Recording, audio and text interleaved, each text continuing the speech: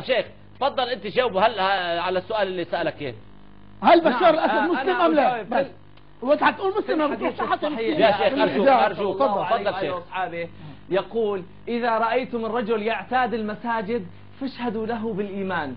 والقائد بشار رأيت أنا أكثر من مرة في المساجد يصلي ويشهد له من في الأرض ومن هو في سوريا يرجده يتوضأ ويصلي فنشهد له بالإيمان فهو مسلم حق الإسلام. وأيضا معاهد الأسد لتحفيظ القرآن يشرف عليها كثير من بالقصر الجمهوري ووزارة الإعلام ووزارة الأوقاف وهم يدعمون القرآن العظيم وتوزع نسخ القرآن ويوزع الفقه السموح والوسطية والاعتدال والجامعات في داخل الجمهورية العربية السورية في عهد الرئيس بشار حافظ أسد أعزه الله ونصره على الطغاة والملاحدة والمتألهين.